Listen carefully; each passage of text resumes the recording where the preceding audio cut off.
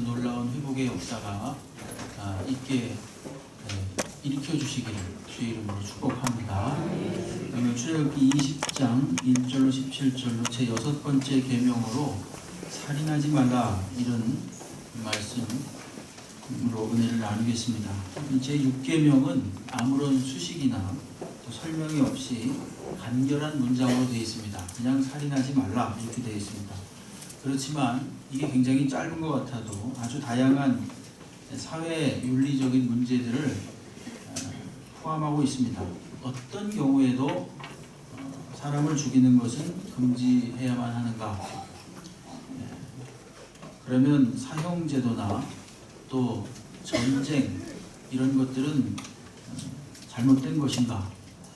또는 이 집총 거부, 병역 거부 이런 요즘 핫 이슈인데 그런 문제들이 이 계명을 근거로 해서 합리성을 가질 수 있는 것입니다. 또 그 밖에도 뭐 낙태, 안락사 이런 문제들이 사실은 오늘 아주 짧지만 13절에 있는 이 살인하지 말라라는 그 계명과 연결되어 있습니다. 그러니까 우리가 낱낱의 그 여러 가지 문제들을 일일이 다 해결하려고 하다가는 시간도 부족하고 또 해결할 수도 없습니다. 그래서 성경에서 말하는 전반적인 의미가 무엇인가, 이 살인과 관련해서 성경에서 말하는 전반적인 뜻이 무엇인가를 살펴보는 것이 중요합니다. 성경을 해석할 때 다 마찬가지고 오늘 특별히 이 말씀을 해석할 때도 마찬가지겠지만 전체적인 맥락에서 봐야 됩니다. 그러니까 뭘 한 가지를 딱 잡아가지고 세부적인 거 하나 잡아가지고 그것이 뜻이다 이렇게 말해서는 안 됩니다. 그러니까 전체적으로 창세기부터 계시록까지 무엇라고 말하는지 전반적으로 말하는 내용의 틀에서 그 중심을 가지고 어떤 성경 구절이든지 해석을 해야겠죠. 마태복음 4장 8절로 9절 말씀에 예를 들면 이런 게 있습니다. 마귀가 또 그를 데리고, 그는 예수님을 말합니다. 지극히 높은 산으로 올라가서 천하 만국과 그 영광을 보여주면서 이르되 만일 내게 엎드려 경배하면 이 모든 것을 너에게 주겠다 이렇게 말했습니다. 이 성경 말씀을 가지고 어떤 사람들은 해석하기를 마귀가 이 세상의 주인이다 이렇게 해석을 해요. 하나님이 마귀에게 주도권을 넘겨주셨다 이렇게까지 말을 합니다. 그러니까 땅은 마귀의 것이고 이 하늘의 영적인 것들은 하나님의 것이다 이런 식으로 아주 편안하게 해석을 하죠. 그러나 사실은 그렇지 않습니다. 땅도 하늘도 온 천지 우주 만물도 과거와 현재와 미래까지도 모든 것들이 다 하나님의 것인 줄 믿으시기 바랍니다. 요한복음 8장 44절 말씀에 보게 되면 너희는 너희 아비 마귀에게서 났다 이렇게 말하고 너희 아비 마귀의 욕심을 따라 너희도 행하고자 한다. 그는 마귀는 처음부터 살인하고 진리가 없는 자, 진리에 서지 못하고 거짓을 말할 때마다 제 것으로 말하나니 그는 거짓말쟁이요 거짓의 아비가 되었다. 누가? 마귀가. 그렇다는 것입니다. 그러니까 마귀가 예수님을 시험해서 네가 나에게 절하면 이 모든 것들을 너에게 주겠다라고 하는 이 말씀은 사실은 거짓말입니다. 마치 자기가 주인 행세를 하면서 말을 했지만 그것에 속아 넘어가면 안 됩니다. 이걸 이제 이분법적으로 해석해서 하늘은 하나님의 것이고 땅은 마귀의 것이다 이렇게 해석하면 안 된다는 거예요. 학개서 2장 8절에도 보게 되면 은도 내 것이요 금도 내 것이라 만군의 여호와의 말씀이라 이렇게 말하고 있습니다. 그러니까 모든 만물이 하나님의 것이라는 그런 전제하에서 우리가 모든 성경을 접근해야 된다는 거죠. 오늘 이 말씀도 마찬가지입니다. 성경은 분명히 살인하지 말라라고 말하고 있습니다. 왜 살인하지 말아야 하는가? 조금 아까 말씀드린 대로 전체적인 맥락에서 볼 때 모든 것의 주인이 하나님이시기 때문에 그렇고 특별히 인간도 마찬가지로 하나님의 형상을 따라 지음을 받은 피조물입니다. 그러니까 그 생명의 소유권이 누구에게 있느냐? 하나님께 있는 거예요. 그러니까 사람을 죽인다라고 하는 것은 하나님의 소유권을 탈취하는 것입니다. 아주 무시무시한 범죄죠. 가끔씩 이제 신방을 하다 보면 과거에 우리 권사님들 연세 많이 드신 권사님들 신방하면은 뭐 사는 게 괴로우니까 그러실 수도 있겠죠. 아유 빨리 좀 죽었으면 좋겠다고 이렇게 말하는 분이 있어요. 그럼 그렇게 말씀드리죠. 그런 거 염려하지 마시라고. 때 되면 다 데려가신다고 그렇게 말씀합니다. 네? 여러분, 자신의 생명도 하나님의 것입니다. 열심히 사는 동안 사시면 되는 거예요. 기도하시면서 열심히 살고 최선을 다해서 살면 되는 거지, 자신의 생명을 놓고 이렇게 저렇게 논할 필요가 없는 것입니다. 살인하지 말아야 되는 이유는 이처럼 하나님이 인간의 소유자이시기 때문에 그렇습니다. 또 하나는 인간의 생명이 존엄하기 때문입니다. 같은 맥락입니다만은 하나님의 형상으로 인간이 창조되었기 때문에 존엄한 인간을 죽인다는 것, 그것은 하나님을 무시하는 것입니다. 창세기 9장 6절 말씀을 보게 되면 다른 사람의 피를 흘리면, 이건 같이 읽어보겠습니다. 시작. 다른 사람의 피를 흘리면 그 사람의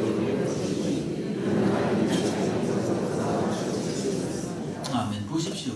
다른 사람의 피를 흘리는 것은 바로 존귀한 하나님의 형상을 망가뜨리는 것입니다. 그도 역시 피를 흘려야만 한다, 이렇게 말하고 있습니다. 인간이 하나님의 형상대로 지어받았다. 이것은 구약 성경에 많이 등장하는 규절들입니다.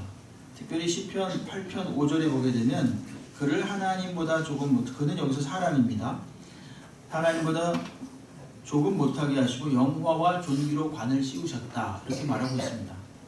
왕관은 왕권의 상징이고, 그리고 인간을 영화와 존귀로 관 씌우셨다, 이 말은 인간을 왕처럼 매우 존귀하게 창조하셨다라고 하는 것입니다. 왜 인간이 존엄한가? 왜 인간이 존귀한가? 그것은 하나님의 형상이기 때문에 그렇습니다. 세계에서 어떤 민주주의나 이런 어떤 인권운동이나 이런 것들이 많이 발달하는 지역은 주로 크리스찬 국가가 많죠. 기독교 국가가. 왜냐하면 그 사상이 인간 존중 사상이 있기 때문에 그렇습니다. 이처럼 살인하지 말아야 되는 이유는 하나님이 인간의 소유주가 되시는 것이고, 또 인간은 하나님의 형상을 닮은 존귀한 존재이기 때문에 그렇습니다. 그러면 성경을 가만히 읽다 보면 사람을 죽이는 내용이 없는가? 있습니다. 살인하는 내용이 있어요. 많은 사람들을 죽이고 또 죽는 그런 경우들이 많이 있는데, 이런 것들을 잘 분별해서 봐야 되겠죠. 어떤 경우에 그렇다면 성경은 살인에 대해서 제한적으로 허용하는가? 어떤 경우에? 첫 번째는 전쟁의 경우입니다. 전쟁을 하는 경우에요. 구약에서 많은 전쟁과 전투가 많이 나열되어 있습니다. 이스라엘 사람들은 전쟁을 통해서 많은 사람들을 죽이기도 하고 또 죽기도 했습니다. 예를 들면 창세기에 아브라함이 318명의 가신들을 들고 가서 자기 조카 롯을 구해오기도 합니다. 전쟁을 했죠. 전쟁. 출애굽기 17장 13절 말씀에 보시게 되면 여호수아가 칼날로 아말렉과 그 백성을 쳐서 무찔렀다. 그 백성은 이 아말렉 족속을 말하는데, 이가 지금 칼날로 쳐서 무찔렀다. 이 전쟁했다, 이 얘기 아닙니까? 신명기 7장 2절에도 보게 되면 내 하나님 여호와께서 그들을 내게 치게 하리니 그때 너는 그들을 진멸할 것이라, 이렇게 말합니다. 완전히 다 없애버리래요.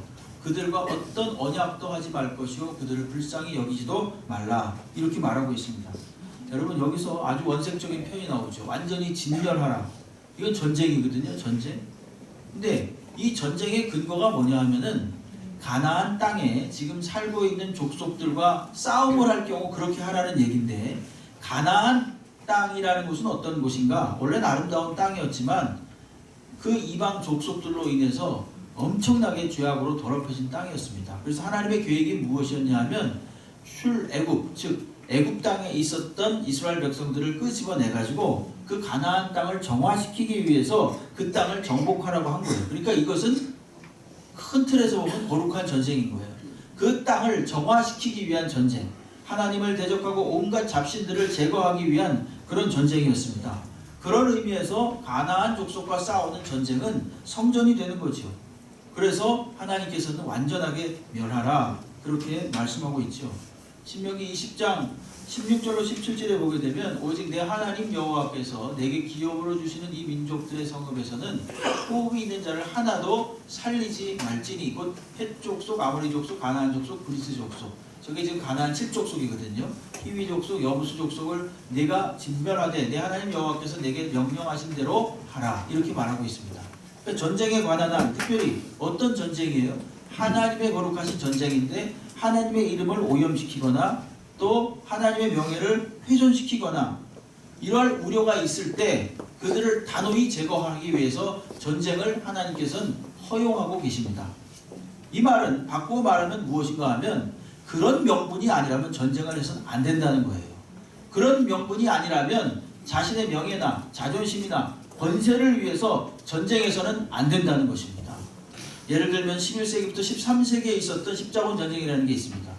그 전쟁 중에 하나는요, 무려 7,000명의 어린아이들, 어린 십자군이라고 그래가지고 그 어린이들을 모집한 경우도 있어요. 그래서 그들이 다 나가서 죽거나 노예로 팔려가거나 그런 식으로 내버려뒀어요. 누가? 교황이 그렇게 하는 거죠.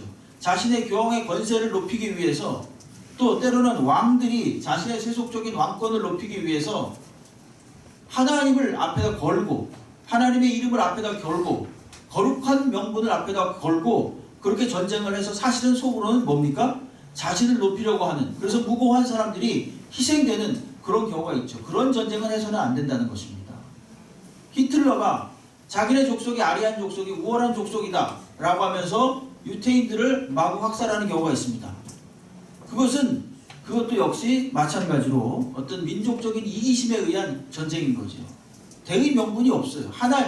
조금 아까 성경에서 본 대로 하나님의 명예, 하나님의 이름, 하나님의 영광 이런 것들을 훼손시킬 경우에 전쟁하라고 그랬는데 앞에는 그렇게 놓고 뒤에는 어떻게 합니까? 가만히 들여다보게 되면 전부 다 자신의 권력을 위한 나쁜 목적을 가지고 전쟁을 했다는 거예요.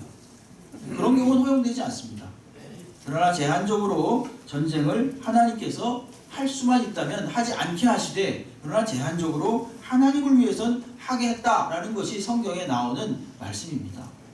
원래 하나님의 원뜻은 평화를 원하시는 거죠. 이사야 2장 4절 말씀에 보게 되면 그가 열방 사이에 판단하시며 많은 백성을 판결하시니 무리가 그들의 칼을 쳐서 보습은 농기구를 말하는 거죠. 보습을 만들고 그들의 창을 쳐서 이것도 농기구죠. 낫을 만들고 이 나라와 저 나라가 다시는 칼을 들고 서로 치지 아니하며 다시는 전쟁을 연습하지 아니하리라. 이게 하나님의 뜻이에요. 원래 이건 하나님의 뜻이에요. 평화, 사랑, 이런 것이 하나님의 뜻입니다. 여기까지 들으시면 전쟁하고 나하고 상관없는데 그렇게 생각하시는 분 있을 거예요. 그렇죠? 왜 전쟁 얘기를 하시나? 나는 살인도 안 하는데 속으로 그렇게 생각하실 분이 있죠. 네? 그리고 이걸 우리가 좀 응용할 필요가 있습니다. 성도에게 적용을 해보십시오. 여러분, 우리가 무엇 때문에 화를 냅니까? 무엇 때문에 우리가 남과 싸웁니까?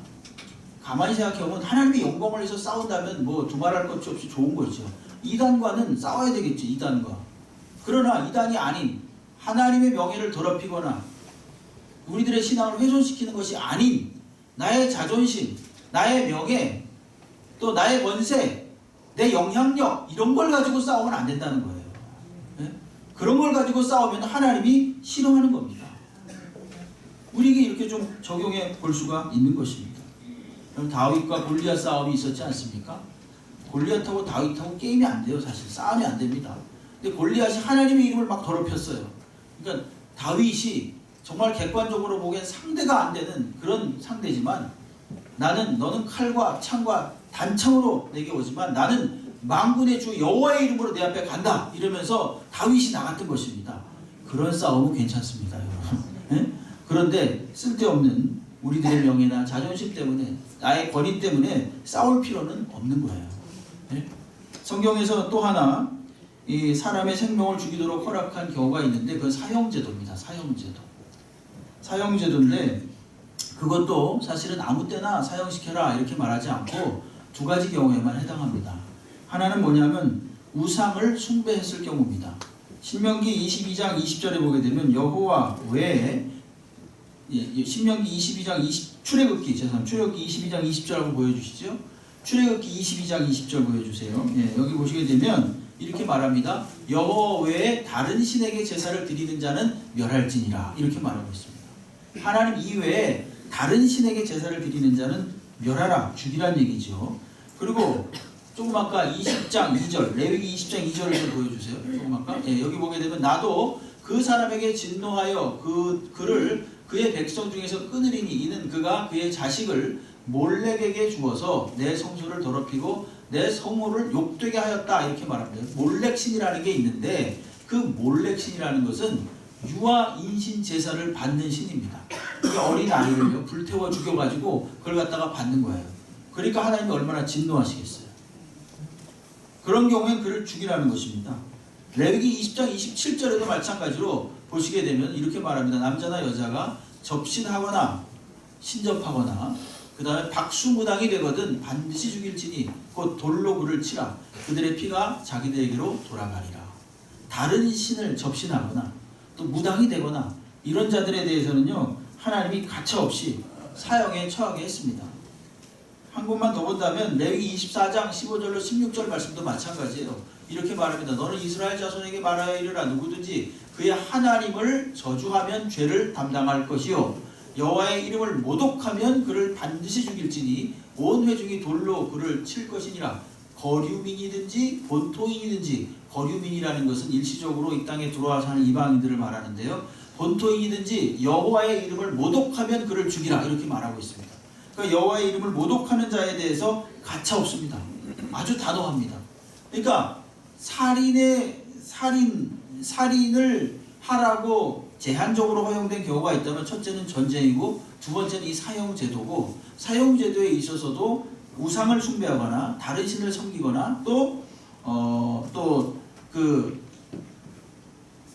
여호와를 모독하거나 저주하는 그런 죄를 범한 자에 대해서 사형을 시켰습니다. 또 하나는 어떤 경우에도 사형을 시켰냐 하면은 다른 사람을 죽였을 때 사형을 시킵니다. 생명을 죽일 때는 이 고의로 죽이는 경우와 고의로 죽이지 않는 의도치 않은 그런 살인이 있을 수 있죠. 고의로 죽일 때 물론 사형입니다. 성경에서 그렇게 말합니다. 신명기 19장 11절로 13절에 보게 되면 그러나 만일 어떤 사람이 그의 이웃을 미워하여 엎드려 그를 기다리다가 일어나 상처를 입혀 죽게 하고 이 한 성읍으로 도피하면 그 본 성읍 장로들이 이 사람을 보내어 그를 거기서 잡아다가 보복자의 손에 넘겨 죽이게 할 것이라. 그 다음 13절이요. 내 눈이 그를 긍휼히 여기지 말고 무지한 피를 흘린 죄를 이스라엘에서 제하라. 그리하면 내게 복이 있으리라. 이렇게 말합니다. 이건 아주 그냥 단호하죠. 죽여놓고 고의로 사람을 기다려서 죽여놓고 도망하면은 그를 잡아다가 보복자의 손에다 내주라는 것입니다. 이런 경우에 살인이 허용됐습니다. 민수기 35장 31절에도 고의로 살인죄를 범한 살인자는 생명의 속전을 받지 말고 반드시 죽이라. 아주 무섭죠. 이런 것들에 대해서는 살인을 허용했다는 거죠. 그런데 또 하나 살인이라도 간접살인이 있습니다. 여러분, 간접살인. 예를 들면은 뒤에서 누군가를 사주해가지고 죽이는 경우죠. 예를 들어 그 북이스라엘의 열왕기를 보게 되면 아합이라는 왕이 나옵니다. 이 아합이라는 왕은 모든 걸 다 가진 사람이었죠. 왕이니까. 근데 왕궁에서 이렇게 보니까 자기 앞에 포도원이 있어요. 근데 포도원이 누구의 것이냐면 나봇이라는 사람의 거예요. 그래서 포도원이 너무 좋아가지고 저것까지도 내가 마저 가지고 싶어요. 그래가지고 아합이 그를 불러다가 내 그 포도원을 팔라. 내가 비싸게 쳐주겠다. 이렇게 말했죠. 그러니까 나봇이 뭐라 그러냐면 제가 아무리 많은 돈을 받더라도 이것은 내 조상 대대로 물려받은 포도원이기 때문에 드릴 수가 없습니다. 팔 수가 없습니다. 하고 거절했습니다. 그러니까 아합이 그 후에 자기 아내 이세벨에게 힌트를 줍니다. 이 나봇이라는 자가 내가 이것을 가지고 싶어서 팔라고 했는데 안 팔더이다. 이렇게 그냥 여기까지만 말을 합니다. 이세벨은 그저 척하면 척입니다. 이 여자는 악녀거든요. 예? 다른 그 시돈 왕 엣바알의 딸이라 그래가지고 다른 그 이방신을 섬기는 나라, 특별히 바알을 섬기는 나라에서 시집온 여자예요. 이세벨이. 그래가지고 온 땅을 바알신으로 물들였던 아주 악한 여인입니다. 그러니까 그 여자가 다 알아들었어요. 아, 이 왕이 이걸 가지고 싶어 하는데 말을 안 듣는구나, 나봇이. 이래가지고 나봇을 모함합니다. 그 당시의 율법에 따라서 하나님이나 왕을 모독한 자는 사형에 처하는 그런 법을 이용해가지고 어떻게 하냐면요, 편지를 보내가지고 거기에 사는 사람들을 꼬여서 모함합니다. 나봇을. 그래가지고 이 나봇이 왕과 하나님을 모독했다. 이래가지고 돌로 쳐서 죽입니다. 이게 열왕기상 21장 11절로 16절의 내용이에요. 그의 성읍 사람 곧 그의 성읍에서 사는 장로와 귀족들이 이세벨의 지시 곧 그가 자기들에게 보낸 편지에 쓴 대로 하여 금식을 선포하고 나봇을 백성 가운데 높이 앉혔습니다. 심판하기 위해서. 그러다 앉힌 거예요. 때 불량자 두 사람 거짓 증인이죠. 들어와서 그의 앞에 얹고 백성 앞에 나봇에게 대하여 증언을 하여 이르기를 나봇이 하나님과 왕을 저주하였나이다 하며 무리가 그를 성읍 밖으로 끌고 나가서 돌로 쳐 죽이고 이세벨에게 통보하기를 나봇이 돌에 맞아 죽었나이다 하니 이세벨이 나봇이 돌에 맞아 죽었다 함을 듣고 이세벨이 아합에게 이르되 그러나 그 이스라엘 사람 나봇이 돈으로 바꾸어 주기를 싫어하던 나봇의 포도원을 차지하소서. 나봇이 살아있지 아니하고 죽었나이다. 그러니까 어떡합니까? 아합은 나봇이 죽었다 함을 듣고 곧 일어나 이스라엘 사람 나봇의 포도원을 차지하러 그리로 내려갔다. 이렇게 말합니다. 여기서 지금 보면은 아합이 아무것도 안 한 것 같지요. 그렇죠? 그러나 사실은 그 앞에를 보게 되면 아합이 이세벨에게 힌트를 주어서 그를 사주했다는 내용이 명백하게 나옵니다. 저것에 대한 결과로 어떻게 되는가? 아합은 결국 전쟁에 나가서 비참하게 죽고 맙니다. 간접적으로 살인을 하는 것, 이것은 직접적으로 사람이 보지는 못했지만 하나님이 다 염두에 두셨다가 그를 심판하신다는 거예요. 이게 무서운 얘기죠. 또 이런 경우도 있습니다. 여러분, 아무리 훌륭한 명분, 아무리 훌륭한 이유가 있더라도 말이죠. 사람을 함부로 죽여서는 안 되는 겁니다. 예? 예를 들면 우리 그 도스토옙스키의 소설 죄와 벌에 보게 되면요. 아시죠? 죄와 벌에 보면 라스콜리니코프라는 청년이 나와요. 이 너무 가난해가지고 이 법대를 다녔었는데 학업을 중단합니다. 돈이 없어가지고. 예, 근데 가만히 보니까 전당포에 있는 할머니가 있어요. 근데 그 할머니가 별로 평이 안 좋아요. 연세는 많은데 아주 성격도 고약합니다. 그래서 이 사람이 생각을 하는 거죠. 야, 저 할머니가 가지고 있는 많은 재산, 저걸 가지고 좀 내가 뺏어가지고 옳은 일에 쓴다면 그게 훨씬 더 감 있는 일일 거다. 이렇게 생각하고요. 살인을 계획해요. 도끼를 가지고 가가지고 결국은 그 노파를 죽이죠. 근데 그 여인만 죽였으면 그래도 양심의 가책이 덜할 텐데 그것을 말없이 지켜보던 사람이 있었는데 그게 누구냐면 그 할머니의 여동생이었던 백치 할머니가 또 있습니다. 그 백치. 잘 말도 못하는. 근데 목격자라는 이유 때문에 그도 역시 죽입니다. 그리고 나서 그가 엄청나게 많은 양심의 이 괴로움을 겪게 되죠. 그리고 나중에 뭐 형무소에 가게 되고 그래서 다시 새 사람이 된다. 이게 죄와 벌 얘기인데 그런 식으로 이것은 분명한 명분이 있다. 이것은 분명히 누가 보더라도 많은 사람들이 보기에도 뚜렷한 이유가 있는 것이다 라고 할 수 있는 그런 내용일지라도 살인을 해서는 안 된다는 것입니다. 네? 어떤 명분으로도 살인은 합리화될 수가 없다는 것입니다. 그런 의미에서 사실은 최대 다수의 최대 행복 뭐 이런 말이 있죠. 모든 사람이 옳으면 소수는 무조건 따라야 된다. 이런 것도 기독교적인 관점에서 보면 별로 옳지 않습니다. 여러분, 교회는 말입니다. 최대 다수의 최대 행복이 아니에요. 교회는 최소한의 상처를 막아야 됩니다. 그 어떤 사람도 아픈 자가 없어야 되는 거예요. 교회는 모든 사람이 행복하는 것을 물론 목적으로 하지만 그러나 그보다 더 염두에 둬야 될 건 뭐냐? 어떤 사람도 아프지 말아야 됩니다. 예? 최소한의 아픔이 있어야 되는 게 이게 교회의 목적인 거예요. 왜? 성경에 보시게 되면 99마리의 양을 놓고 한 마리의 잃어버린 양을 찾잖아요. 예? 교회는 바로 그러한 공동체가 되는 것이고 또 우리 그리스도인들의 시각도 바로 그래야만 되는 것입니다. 모든 사람의 의견을 따라가는 것이 아니라 어떤 사람이든지 세워질 수 있는 그 사람을 잃어버리지 않는 쪽으로 가야 되는 것이 바로 바른 의견이라는 것입니다. 네? 이것이 바로 오늘 이 성경이 말하는 바이기도 합니다. 살인하지 말라라고 했을 때 그것은 존중하라는 것이죠. 어떤 명분도 사람을 죽이는 것은 합리화될 수가 없는 거예요. 심지어 의도치 않게 사람을 죽이는 경우도 마찬가지입니다. 네? 여러분, 의도치 않게 나는 전혀 생각이 없었어요. 예를 들면 신명기 19장 5절 6절에 보면 이런 말씀이 나옵니다. 가령 사람이 그 이웃과 함께 벌목하러 갔어요. 근데 상림에 들어가서 손에 도끼를 들고 벌목을 하려고 하는데 도끼가 쏙 빠져버렸네요. 그래가지고 그 이웃을 맞춰서 그를 죽었습니다.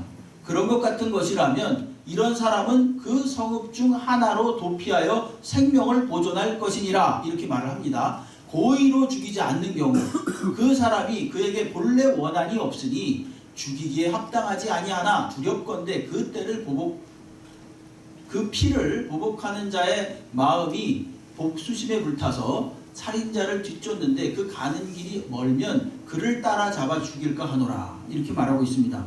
이게 무슨 말씀인고 하면 고의로 죽인 사람 무조건 살인인 거예요. 그런데 고의로 죽이지 않은 경우에는 어떻겠습니까? 그거 전후 사정을 알지 못하는 사람들이 무조건 복수하기 위해서 달려들 테니까 그를 일단 피신시키라는 것입니다. 어디로 피신시키느냐? 도피성이라는 곳이 있어요. 의도치 않게 범죄한 자를 보호하는 곳이 있습니다. 그 도피성으로 피신을 시키는 거예요. 피신을 시켜요. 그 다음 조치가 중요해요. 민수기 35장 22절로 25절 이 말씀이 되게 중요한데 잘 보십시오. 악의가 없이 우연히 사람을 밀치거나 기회를 엿봄이 없이 무엇을 던지거나 보지 못하고 사람을 죽일 만한 돌을 던져서 죽였을 때 이는 악의도 없고 헤아려 한 것도 아닌 거예요. 그렇죠? 고의성이 없어요. 근데 회중이 친자와 피를 보복하는 자 간의 이 규례대로 판결하여 이 말씀 피를 보복하는 자의 손에서 살인자를 일단 건져냅니다. 복수하지 못하도록 일단 당장에 복수하지 못하도록 그러니까 과실치사한 그 사람을 일단 건져내서 그가 피하였던 도피성으로 일단 보냅니다. 그는 거룩한 기름 부음을 받은 이 말씀이 제일 중요합니다. 그는 거룩한 즉 의도치 않게 죽인 살인자는요 일단 도피성으로 피하는데 그는 거룩한 기름 부음을 받은 대제사장이 죽기까지 거기 거주하라 이렇게 말합니다. 아 이제 시간 됐으니까 나가봐야 되겠다 이래서는 안 된다는 거예요. 언제까지? 대제사장이 죽을 때까지 거기 거주했다가 나오라는 뜻입니다. 이건 무엇을 의미하느냐 하면은 비록 그가 의도치 않게 사람을 죽였을지라도 누구로 하여금 죽은 사람의 생명을 속전하도록 말하는 것이냐? 대제사장. 상징적인 의미예요. 대제사장이 죽었다라고 하는 것은 곧 죽은 자의 억울하게 죽은 자의 피를 속량하는 것이다 라고 하는 대신하는 것이다 라고 하는 그런 상징적인 그 의미가 있는 거예요. 그래서 대제사장이 죽기까지 나오지 말라고 한 것입니다. 이처럼 전쟁, 그 다음에 사형제도 이런 것들을 성경에서 말하고 있긴 합니다. 그러나 제한적으로 그리고 지극히 예외적인 경우에만 허용하고 있다는 사실을 우리가 꼭 알아야 되는 거죠. 이것을 우리의 심령에 적용한다면 우리도 마찬가지입니다. 우리가 남을 미워한다거나 죽이거나 죽이고 싶거나 증오하는 마음이 들 때 안 그런 척하고 앉아있지만 다 그런 마음 드셨잖아요. 지난주에. 그런 마음 하루에도 몇 번씩 드는 경우가 있잖아요. 이 벗어날 사람이 없어요. 사실은. 여러분 예수께서 뭐라 그랬습니까?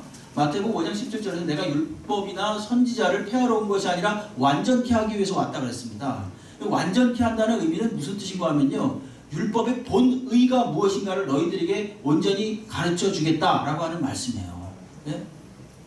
자, 그리고 나서 살인에 대해서 말씀을 하시는데 여러 가지 예를 말하는데 진정한 율법의 뜻이 무엇인가를 말하는데요. 마태복음 5장 21절로 22절을 보게 되면 옛 사람에게 말한 바 살인하지 말라 누구든지 살인하면 심판을 받게 되리라 하였다는 걸 너희가 들었으나 이건 율법과 선지자의 말씀이에요. 나는 너희에게 이르노니 이렇게 말합니다. 예수께서 재해석해 주시는 거예요. 형제에게 노하는 자마다 심판받게 되고 형제를 대하여 라가는 바보란 뜻입니다. 나가라 이런 뜻이 아니라 라가는 바보란 뜻이에요. 하는 자는 공회에 잡혀가게 되고 미련한 놈이라 하는 자는 지옥불에 들어가게 되리라 이렇게 말합니다. 잘 보십시오.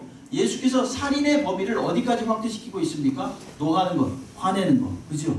그 다음에 라가라 하는 것, 바보라고 말하는 것, 그 다음에 또 미련한 놈이라고 욕하는 것, 여기까지 다 확대되고 있어요. 살인의 범위가. 이런 의미에서 볼 때 여기서 사실은 뭐 안전한 사람은 아무도 없습니다. 근데 예수님은 분명히 살인의 의미에 대해서 이렇게 재천명해주고 계시는 거예요. 네? 사도 바울은 뭐라 그러는지 아십니까? 사도 바울은 로마서 12장 19절로 21절에서 내 사랑하는 자들아 너희가 친히 원수를 갚지 말고 하나님의 진노하심에 맡기라. 기록되었을 때 원수 갚는 것이 내게 있으니 내가 갚으리라고 주께서 말씀하시느니라. 네 원수가 줄이거든 먹이고 목마르거든 마시게 하라. 그리함으로 네가 숯불을 그 머리에 쌓아 놓으리라. 악에게 지지 말고 손으로 악을 이기라. 이렇게 말씀하고 있습니다.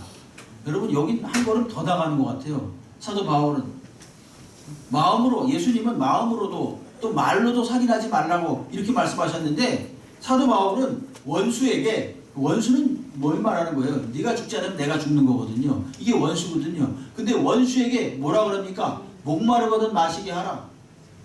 그를 잘 대접해 주거라. 줄이거든 먹여라. 이렇게 말하고 있습니다.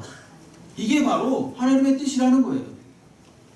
이것을 어떻게 우리가 할 만한 능력이 우리들에게는 없습니다. 도저히 불가능합니다. 우리는 하루에도 여러 번씩 사람을 미워했다가 좋아했다 그럽니다. 심지어 사르이를 느낄 때도 굉장히 많습니다. 그런 생각을 품을 때가 있습니다. 이 말씀은 정말로 힘으로도 안 되고 능으로도 안 됩니다. 이 예수님의 말씀을 다 우리들에게 적용하기엔 너무나 힘든데, 오직 어떨 때만 가능하느냐? 성령에 사로잡힐 때만 가능합니다. 우리가 예수께 잡힐 때만 가능한 거예요. 우리들의 사르이와 미움과 판단, 이런 일체의 살인 행위를 성령에 사로잡힐 때만 어떻게 하냐? 차단할 수가 있습니다. 성령에 사로잡힌다는 말은 무엇인가? 하나님께 사로잡힌다는 말이에요. 여러분, 살인을 하지 않기 위한 말씀을 드릴 테니까 잘 들어보세요. 하나님께 사로잡히는 거예요. 하나님께 사로잡혀요. 남을 죽이고 결국은 자기 자신도 죽이는 이러한 살인 행위, 이것은 어떻게 제거될 수 있느냐? 어떻게 차단될 수 있느냐? 우리 자신이 하나님께 붙잡힐 때 그렇게 될 수가 있습니다. 여러분, 하나님이 물으십니다. 그렇게 아프냐? 어디가 아프냐? 나에게 와라. 내가 내 말을 다 들어주겠다. 그렇게도 밉더냐? 그렇게도 죽고 싶더냐? 그렇게도 죽이고 싶더냐? 그럼 그 사정을 나에게 와서 다 말해라. 내가 들어주마. 내가 너의 마음을 다 이해한다. 왜 미움과 증오가 일어나는지, 왜 마음의 판단이 일어나는지, 왜 그 사람이 그렇게도 싫은지 나에게 와서 말하라.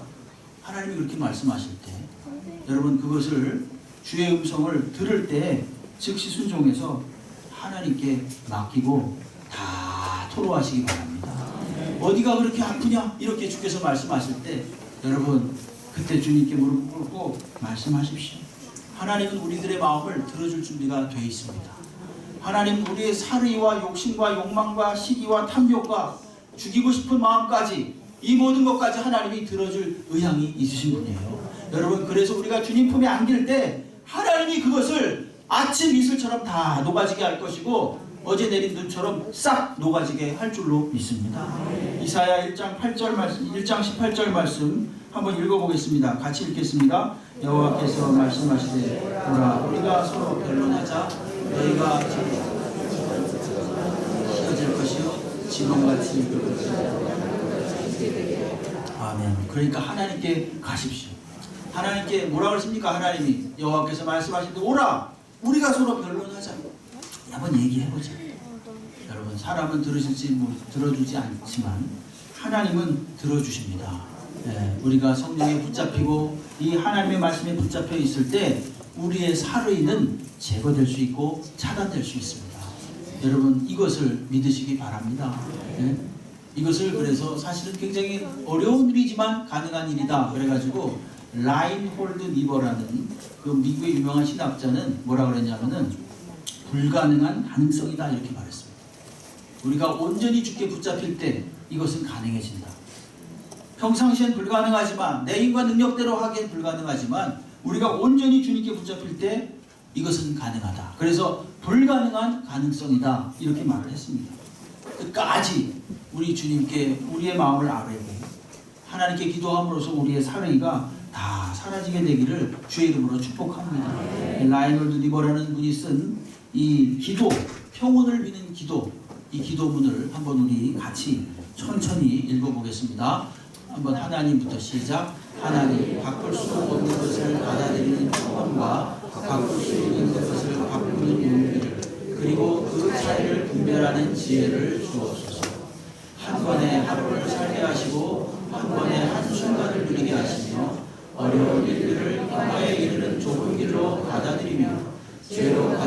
세상을 내가 갖고 싶은 대로가 아니라 그분께서 그러하셨듯 그대로 받아들이게 하시고 제가 그분의 뜻 아래 무릎 꿇을 때에 그분께서 바로 잡으실 것을 믿게 하셔서 이 생애에서는 살이에 맞는 행복을 내 생애에서는 영원토록 그분과 다함이 없는 행복을 누리게 하옵소서. 이것이 평온을 비는 기도라고 이 라이너드 니버라는 성경학자가 쓴 시입니다. 기도이면서 시지요. 이와 같은 마음이 저희들에게도 있기를 바랍니다. 주께 맡기시기 바랍니다. 인간의 생명은 하나님께 속하였으므로 살인은 어떤 경우에도 불가합니다. 인간은 하나님의 형상을 따라서 지음받았기 때문에 살인은 또한 금지됩니다. 전쟁이나 사형제도는 하나님의 이름을 더럽히거나 신앙을 훼손하는 것에 대한 반발로서 아주 제한적으로 허용된 것입니다. 예수님은 마음으로도 욕하고 또 조롱하고 살인하지 말라고 하셨습니다. 우리가 날마다 하나님께 사로잡혀 있을 때 비로소 살인하지 않는 것이 가능해집니다. 하나님은 우리를 지지해 주시고 그렇게도 화가 나고 속상하고 남을 죽이고 싶고 내가 죽고 싶을 때 나에게 와서 말하라고 말씀하십니다. 하나님께 맡기고 하나님께 가시기 바랍니다. 그러면 어느덧 이슬처럼 그 살의가 사라지게 될 것입니다. 기도하겠습니다. 하나님 아버지,